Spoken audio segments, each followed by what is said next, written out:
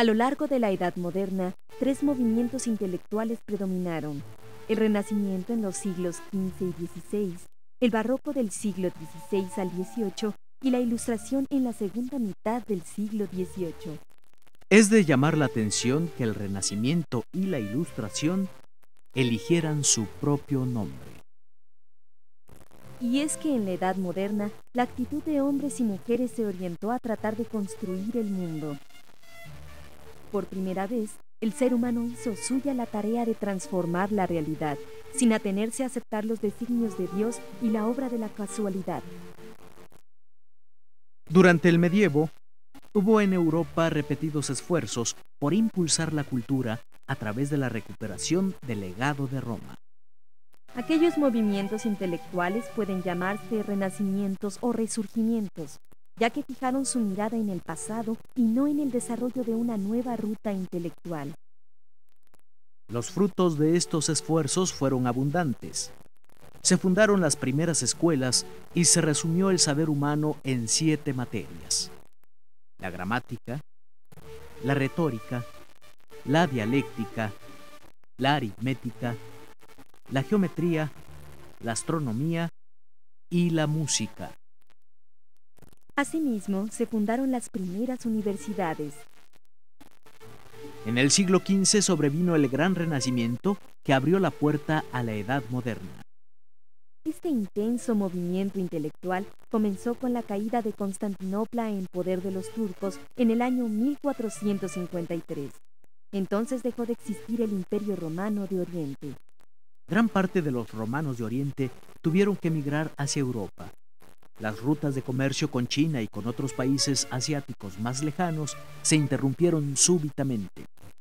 Aquella gente llevó consigo el conocimiento de la cultura grecorromana y del mundo islámico. El Renacimiento abarcó todos los aspectos de la cultura, mezclando la admiración por la antigüedad grecorromana con el anhelo de cambio. Como resultado, se crearon nuevas ideas y estilos que adoptaron un carácter distinto en las diferentes regiones europeas. Durante la Edad Moderna, se buscó el conocimiento en 2 fuentes principales: la palabra escrita y la naturaleza. Recibían igual atención 2 clases de escritos: los que atendían a la palabra de Dios, es decir, la Biblia, y los que atendían a las ideas humanas. Surgió así el humanismo, tan característico de la Edad Moderna y cuyo interés se concentró en el estudio de las obras de los antiguos griegos y romanos. El Renacimiento también trajo consigo nuevas formas de ver la religión. Se confrontaron los planteamientos de la Reforma Protestante del cristianismo y los de la Contrarreforma católica. Los protestantes se esforzaron en examinar y comprender personalmente los libros sagrados en lugar de restringirse a la interpretación que de ellos hicieron los padres de la Iglesia.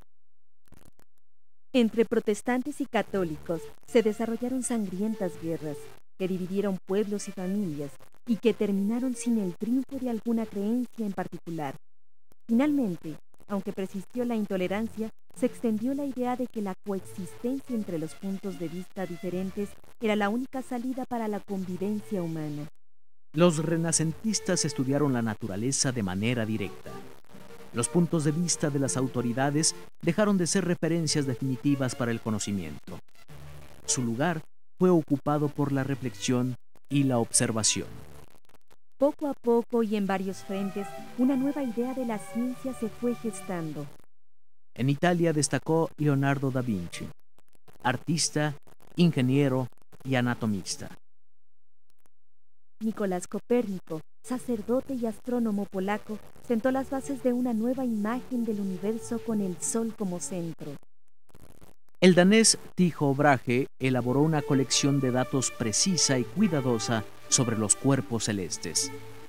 En las matemáticas, el Renacimiento impulsó el uso generalizado de los números decimales y la invención de los logaritmos.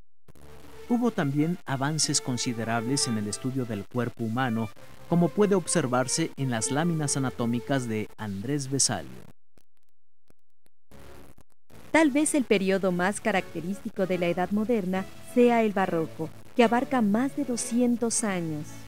A lo largo de esta etapa, posterior al Renacimiento, los europeos abandonaron un poco la antigüedad grecolatina y se concentraron en la defensa de sus valores. En otras palabras, pusieron al pasado en una perspectiva más justa con respecto al presente. Los autores que participaron en este movimiento empezaron a escribir con mayor frecuencia en la lengua de cada país, dejando atrás el uso del latín. De esta manera, buscaban llegar a un público cada vez mayor. En la política surgió el absolutismo. Se consolidaron extensos imperios coloniales y se estableció un delicado equilibrio entre las potencias. Continuaron las guerras violentas y los reinos buscaron hacerse fuertes, aún a costa de los demás.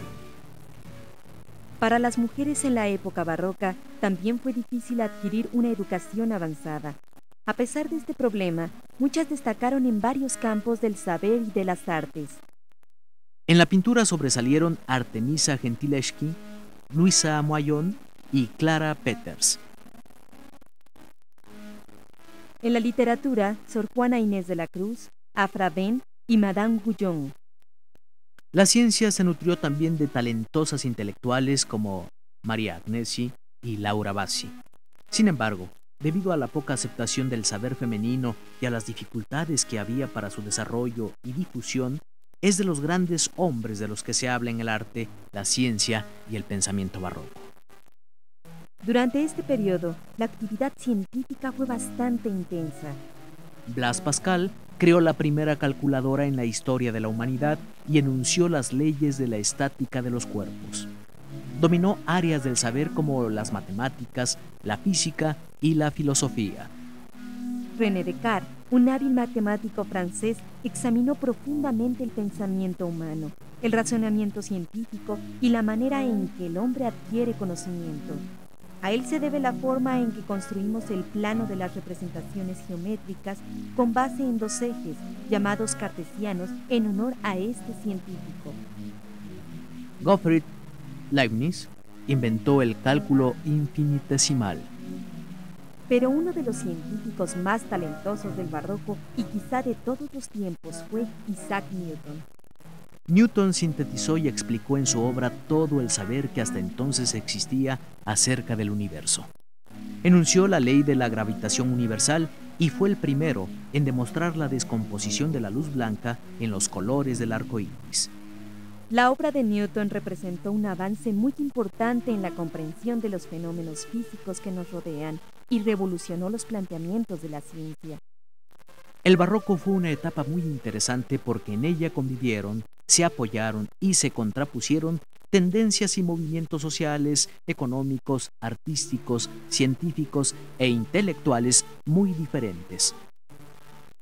La mayoría de la población era rural. Persistían en el campo la servidumbre y el régimen feudal. A pesar de la crisis económica y la disminución de la población que tuvieron lugar en el mundo durante el siglo XVII, se presentó un crecimiento económico acelerado.